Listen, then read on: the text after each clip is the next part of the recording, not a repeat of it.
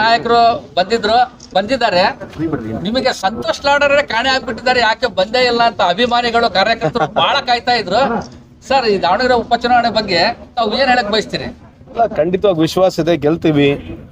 ನಾವು ಮಾಡಿರ್ತಕ್ಕಂಥ ನಮ್ಮ ಪಕ್ಷದ ಕಾರ್ಯಕ್ರಮಗಳು, ಆಮೇಲೆ ಎಲ್ಲರಿಗಿಂತ ಹೆಚ್ಚಾಗಿ ನಮ್ಮ ಅಭ್ಯರ್ಥಿ ಕೂಡ ಯುವಕರಾಗಿದ್ದಾರೆ. ಆಮೇಲೆ ಇಲ್ಲಿ ನಮ್ಮ ದಿವಂಗತ ಶಾಮನೂರು ಶಿವಶಂಕರಪ್ಪರು ಮಾಡಿರ್ತಕ್ಕಂಥ ಕೆಲಸ, ಮಲ್ಲಣ್ಣವ್ರು ಮಾಡಿರ್ತಕ್ಕಂಥ ಕೆಲಸ, ಸೊ ಅವ್ರ ಫ್ಯಾಮಿಲಿ ಮಾಡಿರ್ತಕ್ಕಂಥ ಕೆಲಸ ಎಲ್ಲನೂ ನಮಗೆ ಒಂದು ಅಸ್ತ್ರ ಆಗಿ ನಮ್ಮ ಗೆಲುವಿಗೆ ಕಾರಣ ಆಗುತ್ತಂತ ಈ ಸಂದರ್ಭಕ್ಕೆ ಕೇಳಲಿಕ್ಕೆ ಇಚ್ಛೆ ಬಯಸ್ತೀನಿ. ಈ ಬಾರಿ ಅಲ್ಪಸಂಖ್ಯಾತರಲ್ಲಿ ಕೇಳಬಹುದು ಬೈಕಾಟ್, ಈ ಬಾರಿ ನಾವು ಮತಗಳು ಹಾಕಲ್ಲ ಅಂತ ಬೈಕಾಟ್ ಅಂತ ಒಂದು ಕ್ಯಾಂಪ್ ನಡೀತಾ ಇತ್ತು ಸರ್. ಈಗ ಮತದಾನ ಎಲ್ಲರೂ ಹಾಕಿಸ್ತಾ ಇತ್ತು. ಸೊ ಇದ್ರ ಬಗ್ಗೆ ಹೇಳಕ್ಕೆ ಇಷ್ಟ ಇಲ್ಲ, ಅವರಲ್ಲಿ ಮನವಿ ಮಾಡ್ಕೊಳ್ತೀನಿ. ಆ ಸಮುದಾಯ ಟಿಕೆಟ್ ಕೇಳಿರ್ತಕ್ಕಂಥದ್ದು ಸತ್ಯ ಇದೆ. ಅದು ಹೈಕಮಾಂಡ್ ತೀರ್ಮಾನ ಮಾಡಿದ ತಕ್ಷಣ ನಾವೆಲ್ಲ ಒಪ್ಪಬೇಕಾಗತ್ತೆ. ಸೊ ಇವತ್ತು ನಾನು ಆ ಸಮಾಜದಲ್ಲಿ ಮನವಿ ಮಾಡ್ಕೊಳ್ತೀನಿ, ದಯಮಾಡಿ ಈ ಒಂದು ಸಂದರ್ಭದಲ್ಲಿ ಪಕ್ಷ ಇಂಪಾರ್ಟೆಂಟ್ ಆಗಿರ್ತದೆ. ಹಂಗಾಗಿ ಎಲ್ಲ ಮುಖಂಡರುಗಳು, ಹೈಕಮಾಂಡ್ಗಳು ಸೇರಿ ಒಂದ್ಸಲ ಅಭ್ಯರ್ಥಿ ಮಾಡಿದ ನಂತರ ಏನೇ ಮನಸ್ತಾಪಗಳಿದ್ರೆ ಅದನ್ನ ದಯಮಾಡಿ ಈ ಸಂದರ್ಭದಲ್ಲಿ ತೋರಿಸಬಾರ್ದು. ಅದಕ್ಕೆ ಹೆಚ್ಚಿನ ಜನಸಂಖ್ಯೆಯಲ್ಲಿ ತಾವು ಬಂದು ಕಾಂಗ್ರೆಸ್ ಪಕ್ಷದ ಅಭ್ಯರ್ಥಿ ಆಗಿರ್ತಕ್ಕಂಥವ್ರಿಗೆ ತಾವು ಮತವನ್ನು ಕೊಡಬೇಕಂತ ಅವರಲ್ಲಿ ಮನವಿ ಕೂಡ ಮಾಡ್ಕೊಳ್ತೇನೆ. ಸರ್, ನಿಮ್ಮ ಸಮುದಾಯದಲ್ಲಿ ಬಹಳಷ್ಟು ಯುವಕರು ಕೆಲವೊಂದು ಮುನಿಸ್ಕೊಂಡಿದ್ದಾರೆ ಅಂತ, ಯಾಕಂದ್ರೆ ಸಂತೋಷ್ ಲಾಡ್ ಬಂದಿಲ್ಲ, ಏನು ಕ್ಯಾನ್ವಾಸೇ ಮಾಡಿಲ್ಲ ಅಂತ ನಾವೆಲ್ಲ ಒಂದು ಮಾಹಿತಿ ಇತ್ತು. ತಾವು ಈಗ ಬಂದಿದ್ದೀರಿ, ಅವ್ರಿಗೆ ಏನಾದರೂ ವಿಶ್ವಾಸದಲ್ಲಿ ತಗೊಂಡು ಬಳಸ್ಕೊಂತಿರೋ ಚುನಾವಣೆ ಪ್ರಚಾರಕ್ಕೆ? ಖಂಡಿತವಾಗಿ ಮಾಡ್ತೀವಿ. ಇವತ್ತು ಕೆಲವು ಮುಖಂಡರ ಮನೆಗಳಿಗೆ ಹೋಗಿದ್ದೀವಿ. ನಮ್ಮ ಚವ್ಹಾಣ್ರವರು, ಯಾದವ್ರವರು, ಪವಾರ್ ಅವರು, ಗಾಯಕ್ವಾಡ್ರವರು, ಪಾಟೀಲ್ರವರು, ಇವು ನಮ್ಮೆಲ್ಲ ಸಮಾಜದ ಏನು ಮನೆಗಳಿದ್ದಾವೆ ಎಲ್ಲರ ಮನೆಗಳಿಗೆ ಹೋಗಿ ಅಲ್ಲಿ ಸಣ್ಣ ಸಣ್ಣ ಸಭೆಗಳನ್ನ ಮಾಡಿದ್ದೀವಿ. ಇವತ್ತು ಸಾಯಂಕಾಲ ನಮ್ಮ ಸಮಾಜ ಸಭೆ ಒಂದು ಕರ್ತಿದ್ದೀವಿ. ನಾಳೆ ಒಂದು ಬಹಿರಂಗ ಸಭೆ ಕೂಡ ನಮ್ಮವರಿಗೆ ಸೇರಿಸ್ಬಿಟ್ಟು ನಾವು ಒಂದು ಕಾರ್ಯಕ್ರಮ ಮಾಡ್ತಕ್ಕಂಥದ್ದು. ಒಂದು unorganised sector, construction board workers, transport related workers ಎಲ್ಲರನ್ನ ಕರೆಸಿ ಎಲ್ಲರೂ ನನ್ನಂಗೆ ಭಾಳಷ್ಟು ಜನ ಕೂಡ ಎಲ್ಲ ಸಚಿವರುಗಳು, ಶಾಸಕರು ಎಲ್ಲರೂ ಪ್ರಯತ್ನ ಮಾಡ್ತಿದ್ದೀವಿ. ನಮ್ಮದು ಕೂಡ ಒಂದು ಹಳ್ಳಿ ಸೇವಾ ನಮ್ಮ ಪಕ್ಷಕ್ಕಾಗಿದೆ ಅಂತ ಈ ಸಂದರ್ಭಕ್ಕೆ ಕೇಳಲಿಕ್ಕೆ ಇಚ್ಛೆ ಬಯಸ್ತೇನೆ. ಸರ್, ಕೊನೆ ಪ್ರಶ್ನೆ, ಇಲ್ಲಿವರೆಗೂ ಬಹಳಷ್ಟು ಮುಖಂಡರು ಸಚಿವರು ಬಂದು ಹೋಗಿದ್ದಾರೆ, ಇನ್ನು ಮುಂದೆ ಯಾರಾದರೂ ಇನ್ನೂ ಬರೋರು ಇದ್ದಾರಾ? ಡೈನಾಮಿಕ್ ಗುರುಗಳು ಎಲ್ಲರೂ ಡೈನಾಮಿಕ್ ಇರೋದು, ಎಲ್ಲರೂ ಡೈನಾಮಿಕ್ ಇದ್ದಾರೆ, ಎಲ್ಲರೂ ಬಂದಿದ್ದಾರೆ, ಎಲ್ಲರೂ ಬಂದು ಕೂಡ ಹೋಗ್ತಾರೆ. ಯಾರು ಬಂದಿಲ್ಲ ಅವ್ರು ಕೂಡ ಬಂದು ಹೋಗ್ತಾರೆ. ಯಾಕಂದ್ರೆ ಎರಡು ಒಂದು ಬಾಗಲಕೋಟೆ ದಾವಣಗೆರೆ ಇರೋದ್ರಿಂದ ಎರಡು ಕಡೆನೂ ಎಲ್ಲರಿಗೆ ಡ್ಯೂಟಿ ಹಾಕಿದ್ದಾರೆ. ಸೊ ಅವ್ರು ಹೋಗಿ ಎಲ್ಲ ಕಡೆ ಬಂದು ಹೋಗ್ತಾರೆ. ಜಮೀರ್ ಅಹಮದ್ ಖಾನ್ ಬರ್ಬೇಕಂತ ಹೇಳಿ ಬಹಳಷ್ಟು ಯುವಕರು ಕೂಗ್ತಿದ್ದಾರೆ, ಅವ್ರನ್ನ ಬರುವಂತ ಸಾಧ್ಯತೆ ಇದೆ ಸರ್? ಜಮೀರ್ ಅಹಮದ್ ಖಾನ್ ಅವ್ರು ಬರ್ಬೇಕಂತ ನನ್ನ ವೈಯಕ್ತಿಕ ಅಭಿಪ್ರಾಯ ಕೂಡ ಇದೆ.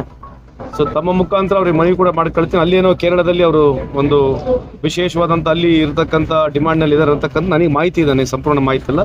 ಬಟ್ ನಾನು ಕೂಡ ಅವ್ರಿಗೆ ಮನವಿ ಮಾಡ್ಕೊಳ್ತೇನೆ. ಸರಿ, ಸ್ವತಂತ್ರ ಅಭ್ಯರ್ಥಿಗಳಿಗಿದೆ ಸರ್, ಅವ್ರಿಗೆ ಏನಾದರೂ ಮನವೊಲಿಸಿ ವಾಪಸ್ ಅವ್ರಿಗೆ ಏನಾದ್ರು ಹೇಳ್ತಾ ಇದ್ದಾರಾ? ಇಲ್ಲಿ ಸ್ಥಳೀಯರು ಪ್ರಯತ್ನ ಮಾಡಿರ್ತಕ್ಕಂಥದ್ದಿದೆ, ನನಗೆ ವೈಯಕ್ತಿಕವಾಗಿ ಅವ್ರ ಸಂಪರ್ಕ ಇಲ್ಲ. ಸೊ ನನಗೆ ಗೊತ್ತಿಲ್ಲ ಅದ್ರ ಬಗ್ಗೆ. ಆ ಥರ ಏನಾದರೂ ನೀವು ಪ್ರಯತ್ನ ಮಾಡ್ತೀರಿ ಸರ್ ಇವತ್ತು? ಅಲ್ಲ, ನನಗೆ ಸಂಪರ್ಕ ಇಲ್ಲ, ಯಾರು ಪರಿಚಯ ಇಲ್ಲ. ಯಾಕಂದ್ರೆ ಅದಕ್ಕೆ ಒಬ್ರೊಬ್ರಿಗೆ ಪರಿಚಯ ಬೇಕಾಗುತ್ತೆ. ಆಲ್ರೆಡಿ ಬಹಳಷ್ಟು ಪ್ರಮುಖರು ಪ್ರಯತ್ನ ಮಾಡಿರ್ತಾರೆ. ಅಭಿಮಾನಿ ಬಳಗನೇ ಬಹಳ ದೊಡ್ಡದಿದೆ. ಆದ್ರೂ ನನಗೆ ವೈಯಕ್ತಿಕ ಅಭಿಪ್ರಾಯ ನನಗೆ ಪರಿಚಯ ಇಲ್ಲ, ಬಟ್ ಪ್ರಯತ್ನ ಮಾಡ್ತೀವಿ. ತಾವು ಹೇಳಿದ್ಕೆ ಒಂದು ಸಜೆಷನ್ ಅಲ್ಲ, ಅದೇ ಹೇಳ್ತಿರೋದು. ಈ ದೇಶದಲ್ಲಿ 12 ವರ್ಷದಿಂದ ಟಿವಿ ಮುಖಾಂತರ ನಾವು ಪ್ರಚಾರ ಗಿಡಿಸಿರ್ತಕ್ಕಂಥ ಬಿಜೆಪಿ ಸರ್ಕಾರ ಇವತ್ತಾದರೂ ಕೂಡ ಯಾವುದೂ ಚುನಾವಣೆಯಲ್ಲಿ ಬಂದರೂ ಕೂಡ ಅವರು ಯಾವುದೂ ಮತವನ್ನು ಕೇಳ್ತಕ್ಕಂಥ ಸಂದರ್ಭದಲ್ಲಿ ಮತ ಯಾವ ಬೇಸಿಸ್ ಮೇಲೆ ಅವರು ಕೇಳ್ತಿರತಕ್ಕಂಥದ್ದು ಭಾಳ ಇಂಪಾರ್ಟೆಂಟ್ ಇದೆ. ಅವ್ರು ಯಾವತ್ತೂ ನಾವಿಂಥ ಕೆಲಸ ಮಾಡಿದ್ದೇವೆ, ನಮ್ಮ ಪಕ್ಷ ಈ ರೀತಿ ಕೆಲಸ ಮಾಡಿದೆ, ಕೇಂದ್ರದಲ್ಲಿರ್ತಕ್ಕಂಥ ಮೋದಿ ಸಾಹೇಬ್ರ ಸರ್ಕಾರ ಈ ರೀತಿ ಕೆಲಸ ಮಾಡಿದೆ ಅಂತ ಓಟ್ ಕೇಳಕ್ಕೆ ಹೋಗೋದಿಲ್ಲ. ಒಂದು ಸುಳ್ಳು ಮಾಹಿತಿ ಕೊಡ್ತಾರೆ. ಅದರಲ್ಲಿ ಅವ್ರಿಗಿರ್ತಕ್ಕಂಥ ಸುಮಾರು ಒಂದು 20,000 ಎಂಪ್ಲಾಯ್ಸ್ ಇದ್ದಾರೆ ವಾಟ್ಸಪ್ನಲ್ಲಿ, ಫೇಸ್ಬುಕ್ನಲ್ಲಿ, ಇನ್ಸ್ಟಾಗ್ರಾಮ್ನಲ್ಲಿ. ಅವರು ಸುಳ್ಳು ಅಭಿಪ್ರಾಯಗಳನ್ನ ಮುಂಡಿಸ್ತಾರೆ. ಅದರ ಜೊತೆಗೆ ಇವತ್ತೇನು ಮಾಧ್ಯಮಗಳಿದ್ದಾವೆ, ಭಾಳಷ್ಟು ಮಾಧ್ಯಮಗಳು ಅದಾನಿ ಅವ್ರ ಅಂಬಾನಿ ಕೈಲಿದೆ. ಸೊ ನರೇಶನ್ ಅಜೆಂಡಾ ಸೆಟ್ ಮಾಡಿಬಿಟ್ಟು ಈ ದೇಶದ ಸ್ಥಿತಿಯನ್ನು, ಪರಿಸ್ಥಿತಿಯನ್ನು ಯುವಕರಿಗೆ, ಪ್ರಜಾಪ್ರಭುತ್ವ ವ್ಯವಸ್ಥೆಯಲ್ಲಿ ಜನರಿಗೆ ಹಾದಿ ತಪ್ಪಿಸಿ ಏನು ನಡೀತಾ ಇದೆ ಅಂತ ವಾಸ್ತವಾಂಶ ಜನರಿಗೆ ಹೇಳಾರಂಗಿದ್ದಾಗ ಅವ್ರಿಗೆ ಅದು ಅನುಕೂಲ ಆಗಿ ಭಾಳಷ್ಟು ಸರಿ ಅವ್ರು ಗೆದ್ದಿದ್ದಾರೆ, ಇಲ್ಲ ಅಂತ ಹೇಳಲ್ಲ. ಆದರೆ ಇವತ್ತಿಲ್ಲದ ನಾಳೆ ಜನಕ್ಕೆ ಇದ್ರ ಬಗ್ಗೆ ಅನುಕೂಲ ಇದರದೊಂದು ಏನು ಅಭಿಪ್ರಾಯ ಇದೆ ಮೋದಿಯವ್ರ ಪರವಾಗಿ, ಅದು ದಿನ ದಿನ ಕಮ್ಮಿ ಆಗ್ತಕ್ಕಂಥ ಕಾಣ್ತಾ ಇದೆ. ಅವ್ರು ಏನು ಮಾಡ್ತಾರೆ, ಸರ್ಕಾರ ನಡೆಸೋದಕ್ಕಿಂತ ಜಾಸ್ತಿ ಮೋದಿ ಅವ್ರ ಇಮೇಜನ್ನು ಬಿಲ್ಡ್ ಮಾಡ್ತಾ ಇದ್ದಾರೆ. ಕೇಂದ್ರ ಸರ್ಕಾರ ಇಲ್ಲಿವರೆಗೆ ಸುಮಾರು 6,000 ಕೋಟಿ ಖರ್ಚು ಮಾಡಿದೆ. 6,000 ಕೋಟಿ ಕೇವಲ ಮೋದಿ ಸಾಹೇಬರ ಪಬ್ಲಿಸಿಟಿಗಾಗಿ ಕೇಂದ್ರ ಸರ್ಕಾರ ಖರ್ಚು ಮಾಡಿದೆ. ಇದು ಎಲ್ಲಿ ಚರ್ಚೆಗೂ ಬರೋದಿಲ್ಲ, ಇದು ಎಲ್ಲಿ ವಿಚಾರನೂ ಇಲ್ಲ. ಅಂದರೆ 12 ವರ್ಷದಿಂದ ದಿನಕ್ಕೆ 1.5 ಕೋಟಿ ರೂಪಾಯಿ ಮೋದಿ ಸಾಹೇಬರು ಅವರು ಪಬ್ಲಿಸಿಟಿಗಾಗಿ ಖರ್ಚು ಮಾಡಿರ್ತಕ್ಕಂಥ ದುಡ್ಡು 6,000 ಕೋಟಿ ಇದೆ. ಇದರಲ್ಲಿ ಎಷ್ಟು ಆಸ್ಪತ್ರೆಗಳು ಕಟ್ಸ್ಬೋದಾಗಿತ್ತು. ಇದರ ಚರ್ಚೆಗಿಂತ ಇಂಥ ಒಂದು ವಿಷಯಗಳನ್ನ ನಾವು ಚರ್ಚೆಗೆ ತಗೊಂಡಾಗ ಯುವಕರಿಗೆ, ಸಾರ್ವಜನಿಕರಲ್ಲಿ ಒಂದು ಅವಕಾಶ ಸಿಗುತ್ತೆ. ಇಂಥವನ್ನೆಲ್ಲ ಮುಚ್ಚಿಟ್ಬಿಡ್ತಾರೆ ಅವರು. ಮುಚ್ಚಿಟ್ಬಿಟ್ಟು ವೀರ ಸೂರ ಮೋದಿಗೆ ಟ್ರಂಪಿಗೆ ಫೋನ್ ಮಾಡಿದ್ರು, ಈಗ ನಿತಿನ್ ಆಯೋಗ್ ಫೋನ್ ಮಾಡಿದ್ರು, ಇರಾನ್ ವಾರ್ ನಿಂದಿರಿಸಿದ್ರು, ಯುಕ್ರೇನ್ ವಾರ್ ನಿಂದಿರಿಸಿದ್ರು, ಥರ್ಡ್ ವಾರ್ಡ್ಗೆ ಇವರೇ ಒಂದು ಡಿಸಿಷನ್ ಕೊಡ್ತಾರೆ ಅಂತ ಹೇಳ್ತಕ್ಕಂಥ ಈ ರೀತಿ ಸುಳ್ಳು ಪ್ರಚಾರಗಳನ್ನ ಕೊಟ್ಟು ಇವತ್ತು ದೇಶ ಯಾವ ಸ್ಥಿತಿ ಇದೆ ಅಂತ ತಾವು ಯೋಚನೆ ಮಾಡ್ಕೊಂಡು ನೋಡಿ. ಇವತ್ತು 93 ರೂಪಾಯಿಗೆ $1 ಇದೆ.